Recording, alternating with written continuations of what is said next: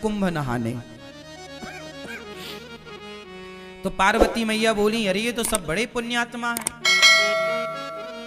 शंकर जी बोले नहीं, ये जा जरूर रहे हैं, लेकिन ये देखने और दिखाने जा रहे हैं। चलो देख आवे कितना बड़ा मेला भरा है, और दिखाने के जी हम भी गए थे, तुम तो गए नहीं। तो ये देखने और दिखाने जा रहे हैं। पार्वती जी बोली नहीं, ये तो सब भक्त हैं और बड़ी श्रद्धा से जा रहे हैं। प्रभु इन सबको दर्शन दो, जितने भी कुंभ नहा रहे हैं सब पर कृपा करो, सब अच्छे लोग हैं। शंकर जी बोले चलो पार्वती जी आप कह रही हो तो हम चेक कर लेते हैं कि इनमें से कितने लोग कुंभ नहाने आए हैं, कितने लोग पवित्र विचारों से आए हैं, चेक करते हैं। तो जहां से सारे लोग आ रहे थे तो उसी रास्ते पर शंकर और पार्वती एक बुढ़ा बुढ़ी बन करके शंकर जी एक गड्ढे में गिर गए। गड्ढा था गंदा शहर का, वहां पे मलमूत्र इकट्ठा होता था, तो वो गड्ढे में गिर गए। अब गड्ढे में गिरे हैं और गंदगी लगी है शरीर पर। माता पार्वती बूढ़ी सी बन गई, और जो गुजरते जाएं, ओ बहन, ओ मैया, ओ भैया, हमारे पति गिर गए हैं, थोड़ा बचा लो, हमारे पति की मदद करो, हमारे पति की मदद करो, देखो उन्हें बड़ा कष्ट है, वह बड़ी भूख लगी है और वो ठंडे में सिकुड़ रहे हैं और वो कष्ट पा रहे हैं, गड्ढे में हमसे निकल नहीं रहे हैं, आप जरा मदद करो। तो लोग बोले अरे हमारे गंगा नहाने का टाइम हो रहा है, हम गंगा नहाने जा रहे हैं। हाँ, ये सब क्या गंदगी मचा रखी तुमने। शंकर जी पार्वती जी से बोले देख लो ये गंगा नहा रहे हैं, किसी की मदद कर नहीं रहे हैं और गंगा नहा रहे हैं। पार्वती जी बोली प्रभु कोई तो आएगा। हाँ हाँ कोई आएगा, सबसे कहो। अब पार्वती जी सबसे कह रही हैं भैया हमारे पति जरा कष्ट में हैं, जरा गिर गए हैं, जरा उठाओ, जरा इनकी दवाई कराओ, जरा इनका ख्याल रख लो, हमसे भी चला नहीं जा रहा है। सारे लोग बोले हम तो गंगा नहाने आए हैं, गंगा नहाएंगे, कहाँ तुम फंसा रहे हो, चलो। एक नौजवान लड़का आया, पार्वती मैया बोली भैया हमारे पति को जरा निकालो, गिर गए हैं।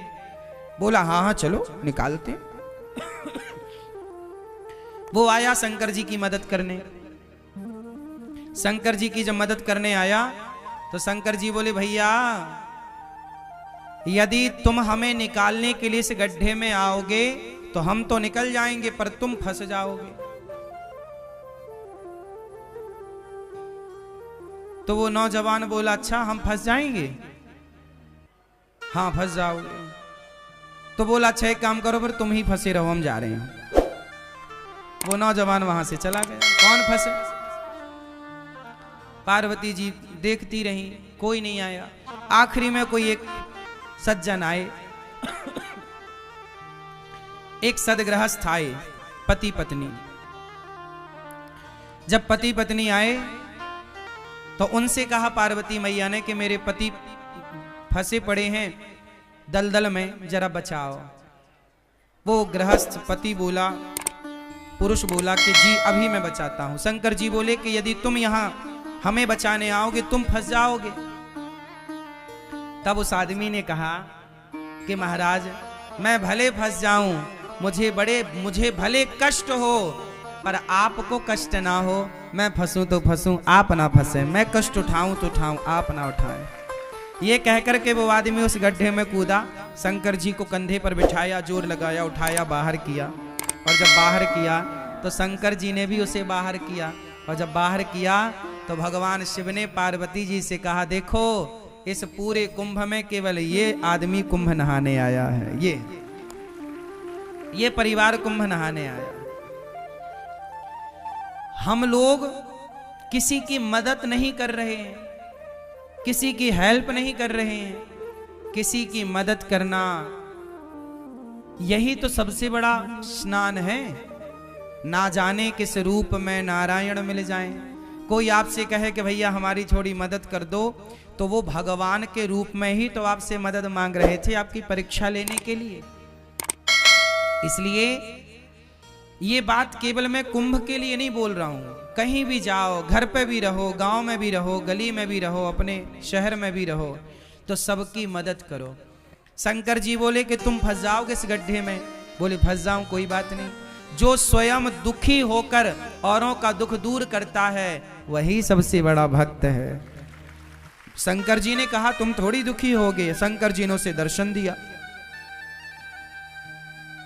और दर्शन क्या दिया, शंकर पार्वती उसे अपने साथ ले गए, चलो वहीं आनंद से रहना। तो ये है दर्शन। अब हम लोग क्या करते हैं, कहीं भोजन बट रहा है, प्रसाद बट रहा है, तो हम स्वयं आगे होकर के अपना लेते हैं और दूसरे की थाली में धक्का लगे तो लगे, उसका गिरे तो गिरे, हमें मिलना चाहिए। मोर पेट हाहू मैना देहो काहू। आदमी ये नहीं चाह रहा है कि पहले तुम ले लो, नहीं नहीं, पहले हम। और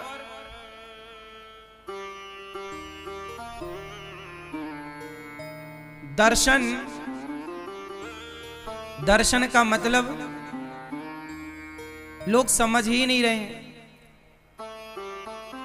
धाम में आओ ना, प्रयाग जी में आओ, वृंदावन आओ, यमुना जी आओ, अयोध्या जी जाओ, जहां भी जाओ वहां क्या करना चाहिए। अच्छा ये बताओ, गंगा जी में जब आप डुबकी लगाए तो किस तरफ मुंह करके डुबकी लगाए? स्नान कैसे करना चाहिए? सुनो, स्नान करने की भी एक विधा है। तीर्थों में स्नान कैसे करना चाहिए? सुनो, सबसे पहले गंगा जी जाओ तो जाओ कैसे, पहले ये समझो।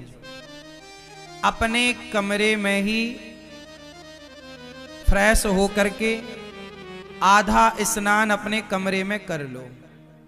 फ्रेश हो जाओ, थोड़ा आधा स्नान कर लो, क्योंकि गंगा अपने आप में एक मंदिर है। गंगा अपने आप में कौन है? मंदिर।